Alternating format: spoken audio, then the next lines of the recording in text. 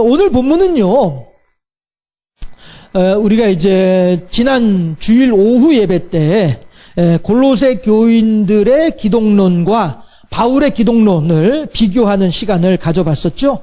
그래서 15절, 16절을 이야기를 함께 생각을 해봤었어요. 기독론이라고 하는 것이 무엇입니까? 지난주에도 제가 잠깐 설명을 해드렸다시피 예수님은 이러한 분입니다. 예수님은 이러이러하십니다. 예수님께서 하신 일은 이런 일입니다. 이렇게 예수님에 대한 내용을 정리해 놓은 것, 이것이 기독론입니다. 그래서 오늘 본문이야말로 마태복음 21장 본문이야말로 기독론의 관점에서 매우 중요한 의미를 가지고 있는 본문이 마태복음 21장 전체 내용들입니다. 그런 성서 일과를 통해서 오늘 이 마태복음 21장 33절에서 41절까지 본문을 이번 주에 함께 나눌 하나님의 말씀이라는 사실을 알고 난 뒤에, 그리고 본문을 읽어가면서 묵상하는 중에 이 본문을 기독론적인 관점에서 이야기할 것이 아니라 인간론적인 측면에서 한번 보자, 이렇게 생각을 했습니다. 그러면 인간론이라고 하는 것은 무엇이냐 하면은 하나님의 피조물로서의 인간은 이러합니다. 이렇게 죄를 지었고 이렇게 저주받은 인생이고 이렇게 멸망당할 수밖에 없는 운명의 사람이었습니다. 그러나 하나님의 은혜를 따라서 이렇게 새로운 소망이 주어졌습니다. 새로운 소망의 기회가 주어졌습니다. 이것이 인간론이거든요. 제가 이제 한 번씩 인용하는 우리나라 동화, 햇님 달님 동화 이야기처럼, 옛날 이야기처럼, 두 어린 남매가 잡아먹으려고 쫓아오는 호랑이를 피해서 나무 위로 올라갔단 말이에요. 나무 꼭대기로 올라갔단 말이에요. 그런데 밑에서 호랑이가 저벅저벅 나무를 타고 기어 올라오고 있어요. 이럴 때 동화 이야기예요. 두 남매가 할 수 있는 일은 오직 하늘을 바라보는 것밖에 없었단 말씀이죠.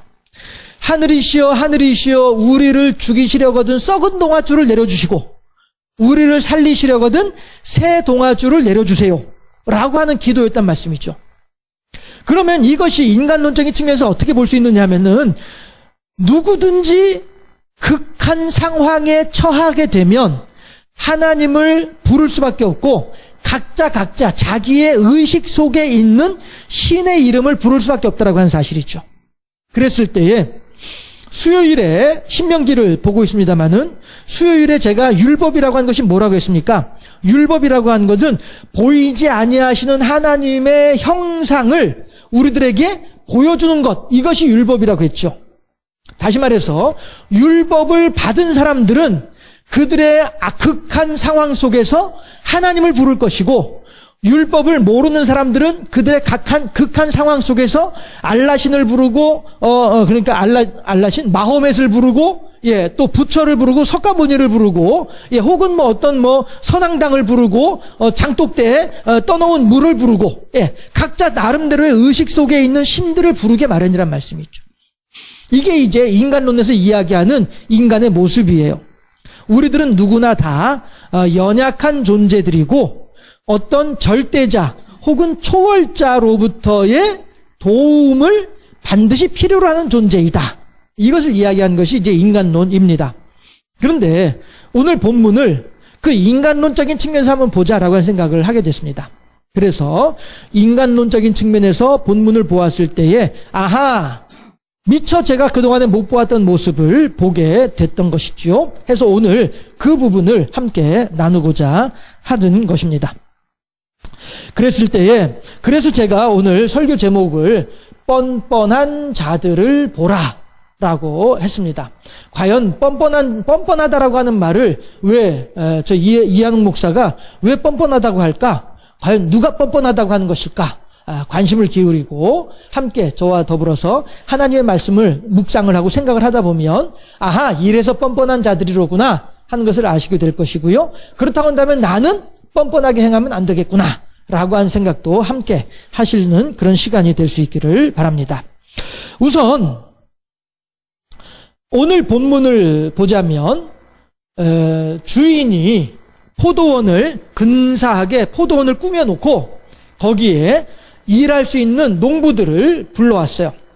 그래서 여러분들 와가지고 이 포도원을 잘 가꾸시오. 나는 이제 일이 있어서 저기 어디 좀 밖에 좀 다녀올 터인데, 여기서 말하는 밖에 좀 다녀온다는 건 하루 이틀 만에 다녀온 것이 아니에요. 어떻게 보면 뭐 몇 년씩 걸릴 수도 있는 그런 여행길을 이야기하는 거예요. 예, 다녀오려고 하는데 나 없는 동안에 당신들이 이 포도원을 잘 좀 가꾸어가지고 소출이 나오게 되면은 그 소출 가운데 일부는 당신들이 먹고 나머지 일부는 나한테 주시오. 이 포도원을 빌려주는 세로 나한테 이제 그 도지세를 내라. 이렇게 이제 계약을 맺은 것이죠. 그리고서 이제 주인은 갔다가 때가 돼서 추수할 때가 돼서 종들을 보냈어요. 그러면서 야 종들아, 내 포도원에 가면은 그 포도원 농부들이 그 도지세를 줄 거야. 그거 받아가지고 와 하고 보냈단 말씀이에요. 그랬더니 농부들이 이 종들에게 도지세를 주고 이렇게 한 것이 결코 아니라 도리어 그 종들을 죽이기도 하고 때리기도 하고 빈손으로 쫓아보낸 거예요. 그랬더니 주인이 어허 이러면 되나? 이러면 안 되는데 하고서는 더 많은 종들을 보냈어요. 그럼에도 불구하고 그 종들조차도 또 그렇게 해서 농부들이 쫓아보내고 말았던 것이죠. 그래 이제 주인이 생각하기를 어허 참네 이 사람들이 고얀지고 설마 하니 내 아들을 보내면 내 아들의 말은 듣겠지. 왜냐하면 내가 죽으면 내 아들이 그 포도원의 주인이 되어지니 나는 포도원 농부들에게 자비를 베풀어서 그들로 하여금 그 포도원에서 일을 하게 해주고 있지만 내 아들이 이 포도원을 상속받으면 내 아들이 주인이 되니까 내 아들이 이 포도원의 농부들을 다 쫓아내버리면은 그들은 쫓겨날 수밖에 없는 상황이 되는 거거든요. 그러니까 주인은 어떻게 생각을 하냐면은 그래 이 농부들이 내 말은 듣지 않더라도 우리 속담에도 있죠.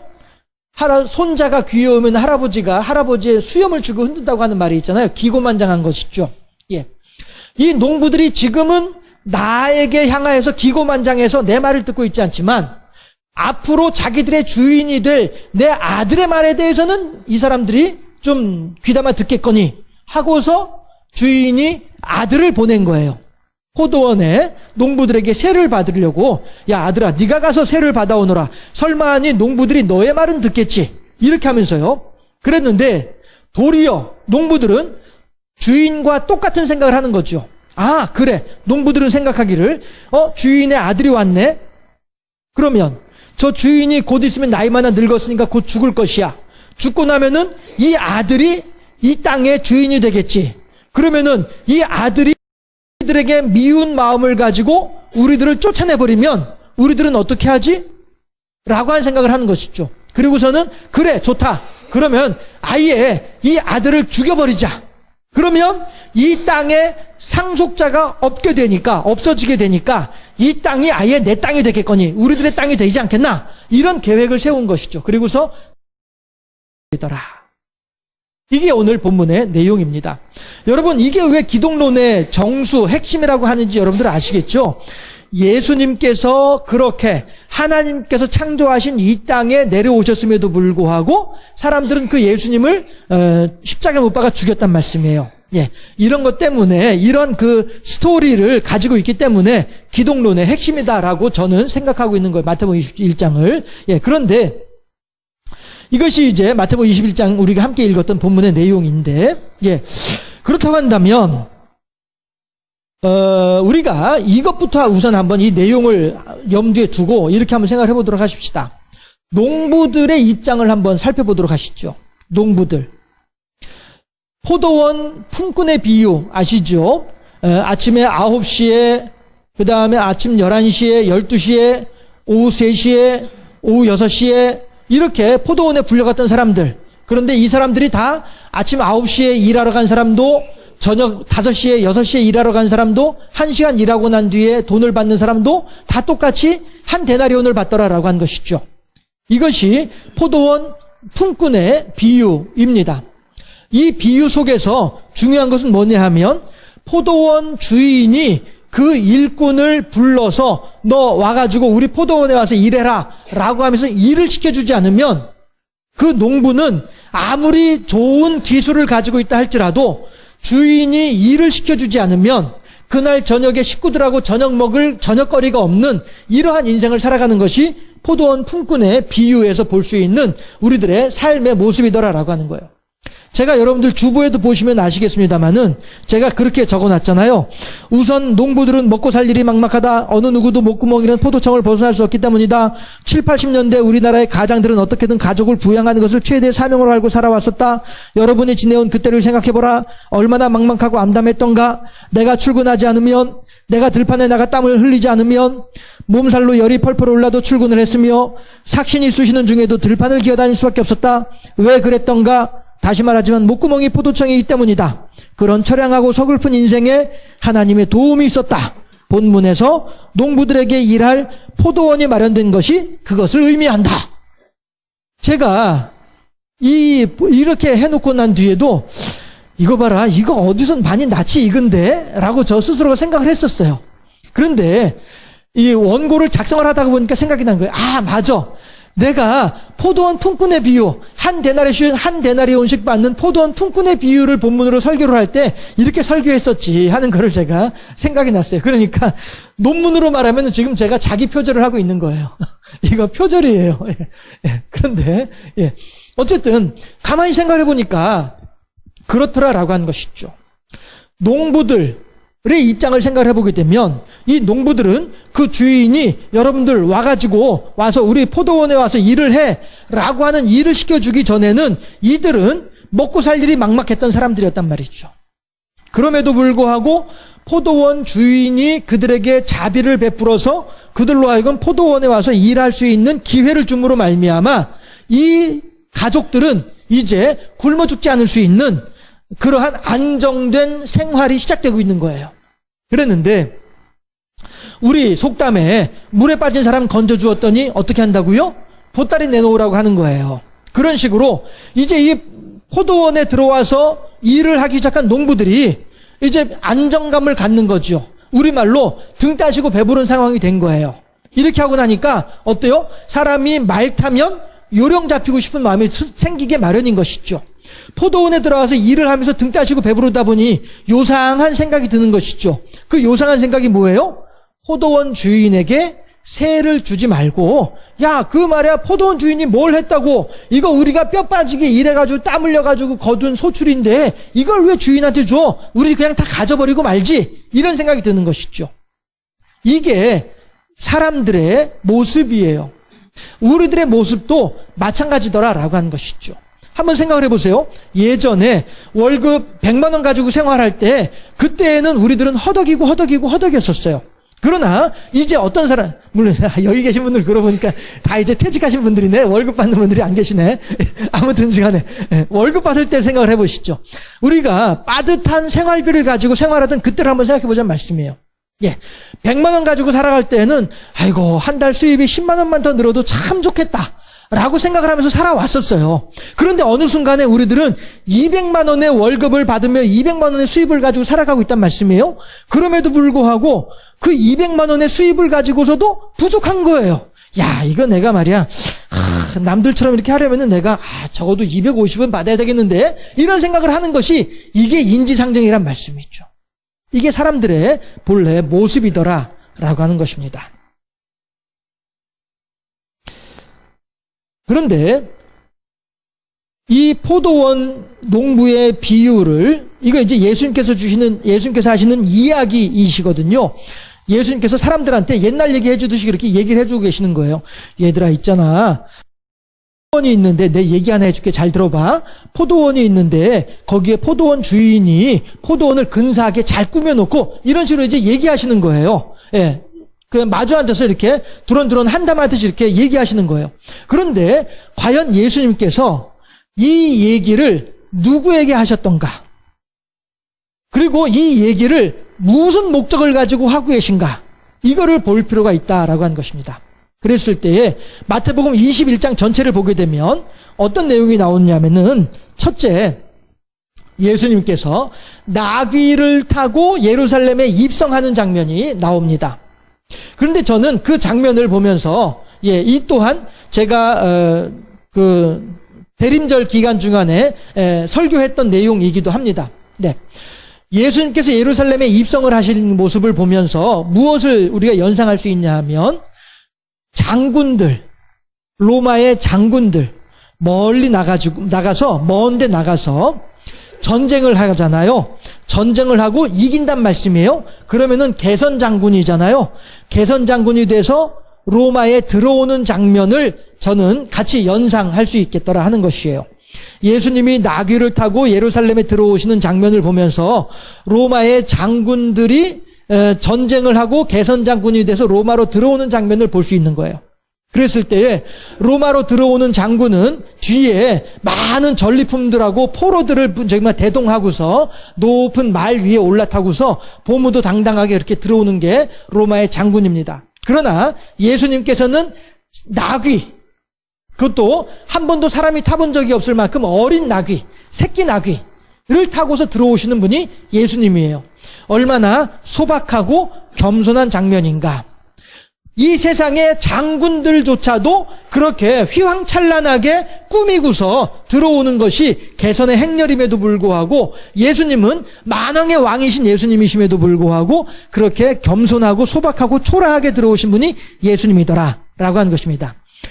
개선 장군들은 백성들을 지나쳐서 왕을 만나러 가는 것이 개선 장군이지만 예수님은 들어오는 길에 백성들을 한 사람 한 사람 만나주고 백성들의 사정과 형편을 들어주면서 백성들의 병든 것들을 고쳐주신 분이 예수님이더라라고 하는 거예요.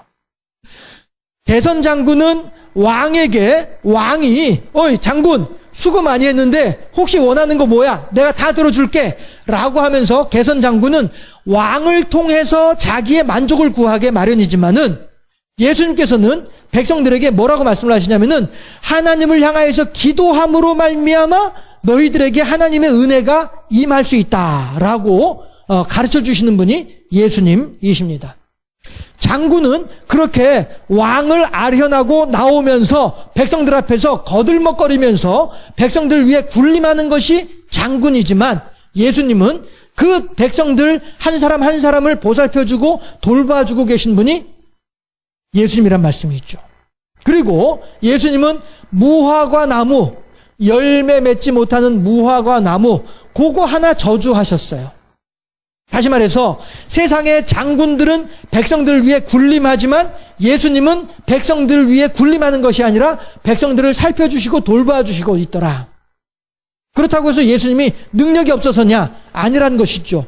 이 세상에 어느 장군이 무화과 나무를 향해서 명하였을 때 그 무화과 나무가 시드는 나무가 어디에 있겠습니까? 그러나 예수님께서는 무화과 나무를 향해서 명을 하니 곧바로 저주를 받아서 시들어버리고 있는 거예요. 예수님의 능력이 이 세상의 어느 장군들보다도 비교가 안 되는 능력을 가지고 계신 예수님임에도 불구하고 예수님께서는 이 세상의 어느 장군들도 따라오지 못할 만큼 겸손한 모습으로 계셨던 분이 예수님이었더라 라고 하는 것입니다. 마태복음 21장은 이렇게 해서 전반부 예수님께서 예루살렘 백성들과의 행하시는 사역 전반부, 그 다음에 예수님의 후반부 예루살렘 성전에 들어와서 대제사장들과 장로들과 더불어서 행하시는 일들, 예수님의 성전 안에서의 사역, 이 후반부 마태복음 21장을 이렇게 두 부분으로 나눌 수가 있거든요. 그랬을 때 후반부 예수님께서 드디어 예루살렘 성전으로 들어오셨습니다. 그랬더니 그 성전에 먼저 와서 전을 펼쳐놓고 거들먹거리고 있는 사람들이 있었죠. 누구들이었습니까? 대제사장들과 장로들이었습니다. 이 사람들이 예수님께서 지금 예루살렘 성 안에서 백성들한테 하시는 일들을 다 이제 소문을 통해서 직접 눈을 통해서 보고 듣고 알고 있는 상황이란 말이에요. 그러니 온 백성들이 예수님만을 주목하고 예수님만을 따르고 있으니 대제사장들이나 장로들이 우리 쉽게 하는 말로 배알이 꼴리는 거죠. 그럴 수밖에 없죠. 왜냐하면 지금까지 자기네들은 온 백성들의 존경과 사랑을 한 몸에 받고 있던 사람들이었었거든요. 그리고 거기서 거들먹거리고 거기서 우쭐대면서 거기서 신이 나서 재미있고 즐겁게 행복하고 만족하게 자기들끼리 그렇게 살아가던 사람들과 장로들이었는데 어느 순간 나사렛 예수라고 하는 쉽게 표현을 해서 촌놈 중에서도 순 깡촌의 촌놈 밖에 안 되는 예수가 와가지고 온 백성들의 주목을 받으면서 인기를 끌면서 자기들한테 오던 관심들이 다 예수님한테 가고 있으니 대제사장들이나 장로들은 속이 심사가 틀어질 수밖에 없는 것이죠. 그래서 어떻게든 예수님을 깎아내고 싶은 거예요. 어떻게든 예수님을 깔아뭉개고 싶은 거예요. 그래서 모든 백성들이 많은 사람들이 관심 있게 지켜보고 있는 그 상황 속에서 예수님을 향해서 공격을 하죠. 어떤 공격을 합니까? 너는 대체 무슨 권세로 그런 일을 하고 있느냐라고 물어보는 거예요. 이 말은 무슨 얘기냐면은, 야, 너는 지금 대제사장들과 장로들이 예수님을 향해서 하는 말이에요. 많은 사람들이 지켜보고 있는 가운데, 대제사장들과 장로들이 예수님을 향해서 뭐라고 하냐면은, 야, 너는 나사렛이라고 하는 깡촌 중에서도 깡촌 출신이지. 더군다나 넌 거기서 무슨 일 했어? 목수했었지. 가장 비천한 하층민이었잖아. 네가 배운 게 뭐가 있어? 네가 아는 게 뭐가 있어? 아무것도 없지. 돈이 있어? 가문이 있어? 혈족이 있어? 뭐가 있어? 아무것도 없지. 나는 대제사장이야. 대제사장이라고 한다면 기본적으로 내 아버지가 제사장이었었어. 그리고 내 할아버지도 제사장이야. 내 증조 할아버지도 제사장이고 내 10대 할아버지도 제사장이야. 우리는 대대손손 제사장 가문으로 살아왔어. 우리는 그만큼 부자고 부유하고 또 배우기도 많이 배웠어. 너희들이 나사렛 깡촌에 살고 있었던 목수 출신 너로서는 비교도 할 수 없을 만큼 많이 배웠고, 너희들은 상상도 할 수 없을 만큼의 어떤 그런 학식을 가지고 있는 사람들이 우리들이야. 어디 와서 까불고 있어? 이렇게 지금 공격을 하고 있는 거예요.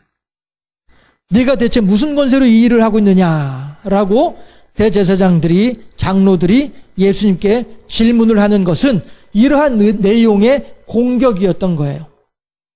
그러니 예수님께서 하시는 말씀이 거기에 대해 대답을 하시는 것이 아니라 얘기를 하나 해주시죠.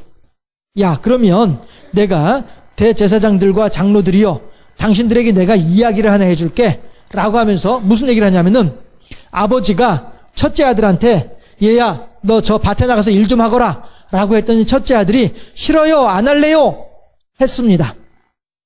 그러고서는 조금 있다가 아버지가 둘째 아들한테, 첫째 아들이 일을 안 한다고 했으니 둘째 아들한테 얘야, 네가 가서 일 좀 하거라 라고 했더니 둘째 아들은 예, 알겠습니다 라고 대답을 했다 하는 것이죠. 예수님께서 지금 대제사장들과 장로들에게 하시는 이야기예요.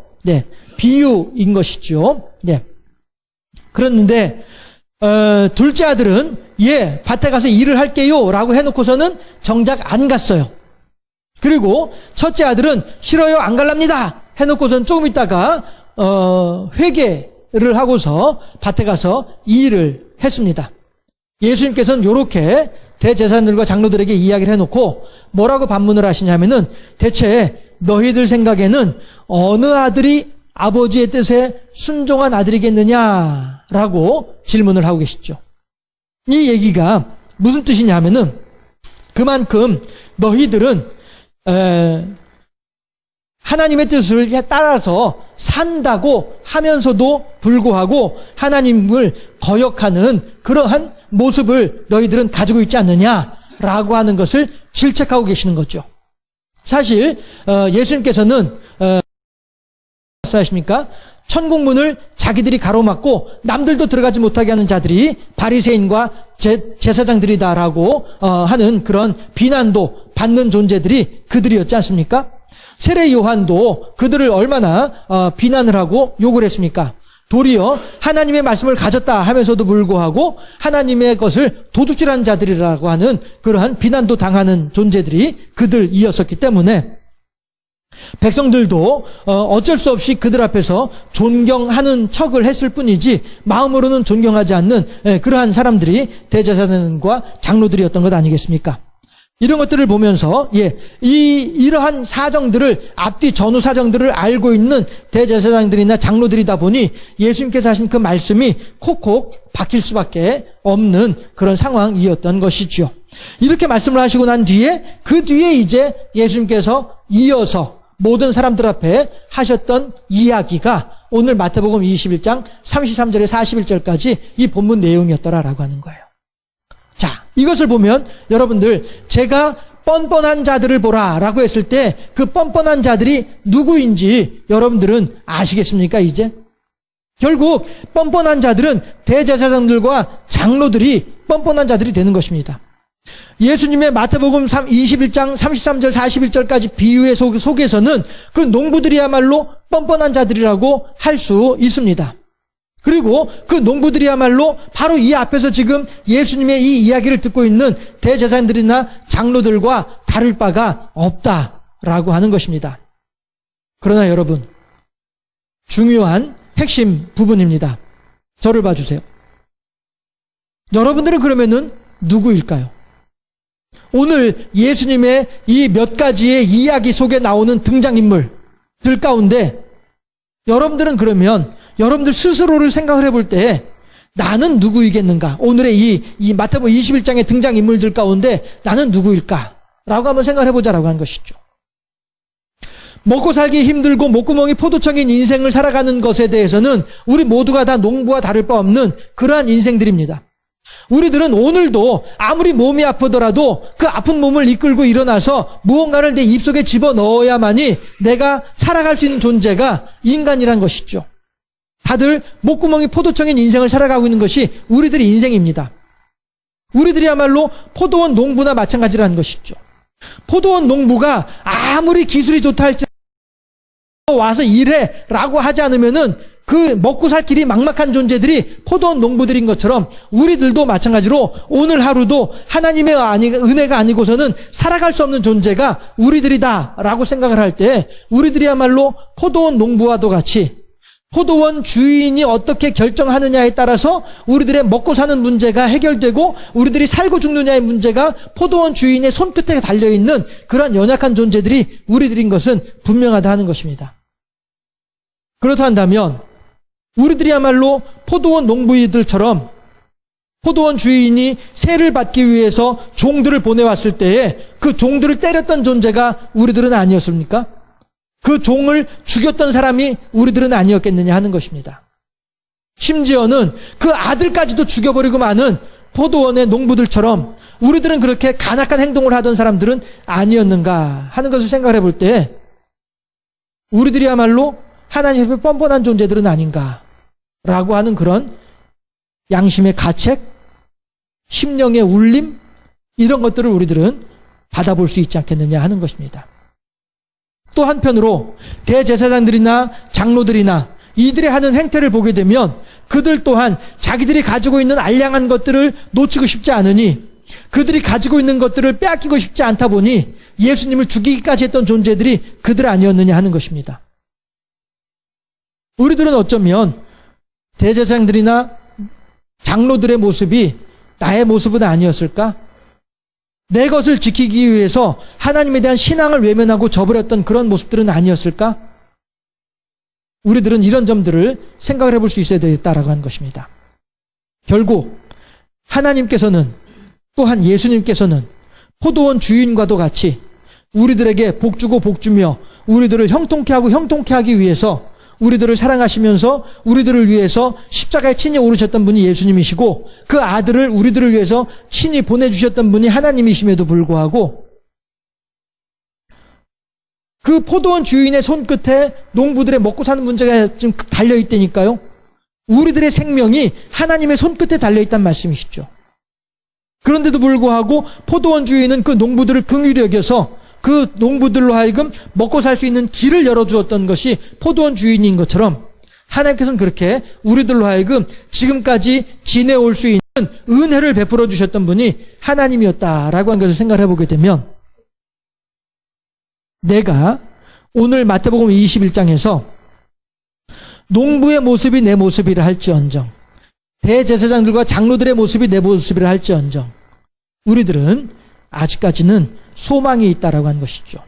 어떤 소망입니까? 비록 우리들 스스로가 나의 신앙 양심을 가지고 나를 바라볼 때 나는 도저히 하나님 앞에서 뻔뻔한 존재일 수밖에 없는 그러한 사람이다라고 고백할 수밖에 없는 우리들이지만은 그럼에도 불구하고 우리들에게는 아직은 소망이 있다는 것입니다. 그게 무슨 소망이 있냐 하면 우리들은 아직 살아있거든요. 우리들은 아직 죽지 않았거든요.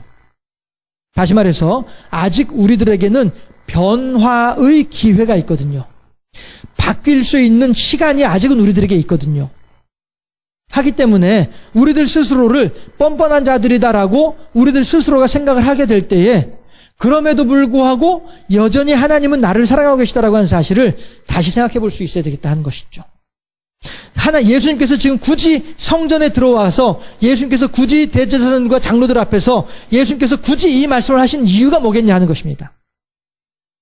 그 당시 그 성전 안에서 예수님께서 이 말씀을 하실 때에는 예수님의 만세 전부터 새말까지, 새초부터 새말까지의 계획을 가지고 계신 예수님께서는 2020년 10월의 어느 날, 노래 가사 같으네요. 어느 멋진 10월의 어느 날인가 하는 그런 노래가 있었던 것 같은데, 아무튼 시간에 예수님께서는 성전에서 대제사장들과 장로들과 더불어서 그리고 많은 백성들이 지켜보는 앞에서 마태복음 21장 본문에 있는 내용을 이야기를 해주실 때에 그 예수님께서는 오늘 이 시간 우리들을 염두에 두고 이 말씀을 하신 줄로 믿습니다. 결국 예수님께서는 그들에게 그렇게 말씀을 하고 계시지만 결국 이 말씀을 듣고 해석하고 이해하고 받아들이고 그렇구나, 그러면 나는 이렇게 살아야겠구나 라고 하는 결단까지 이르게 되는 우리들을 염두에 두고 이 말씀을 하셨다라고 하는 것이죠. 이젠 우리들의 차례가 되는 것이죠. 이 당시에 대제사장들과 장로들은 자기들의 차례가 되었을 때에 예수님을 죽이는 것으로 그들은 자기의 행동을 결정을 했습니다. 이제 우리들은 우리들의 차례입니다. 우리들은 어떻게 할까요? 그 당시에 대제사장들과 장로들처럼 예수님을 죽이는 일에 동참을 할까요? 우리들의 차례가 됐을 때에 과연 그것이 우리들이 생각을 할 때 합당한 결론이라고 할 수 있겠나요? 도리어 우리들은 예수님을 향하여서 아멘으로 화답하면서 그래요 하나님, 내가 하나님 앞에 뻔뻔한 자인 것을 분명하고 이제 더 이상은 내가 하나님을 향하여서 뻔뻔하지 않은 자가 되기를 소망하고 결단합니다.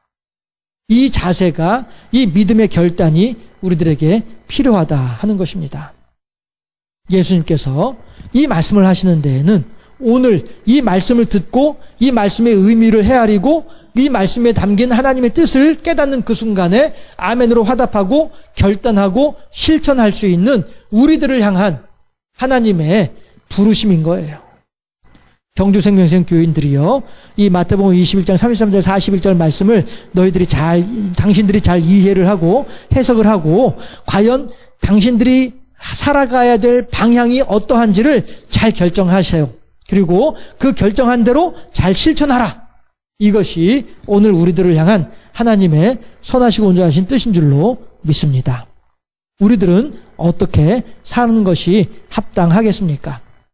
예수님의 이 이후의 모든 일들에 대해서 잘 알고 있는 우리들은 이제 이 바리새인이나 제사장들이나 장로들이나 이런 사람들이 하는 행동을 보면서 우리도 그들처럼 따라갈 것이 결코 아니라 그들의 길을 가게 되면 멸망의 길인 것을 우리들은 다 알고 있으니까 우리들은 이제 하나님을 향하여서 뻔뻔한 자가 아니라 겸손한 자로, 또한 성실한 자로, 또한 순수한 자로 그렇게 하나님께 세워짐으로 말미암아 하나님을 기쁘시게 하고 영화롭게 할 수 있는 복되고 아름다운 삶의 주인공들이 다 될 수 있기를 주님의 이름으로 축원합니다.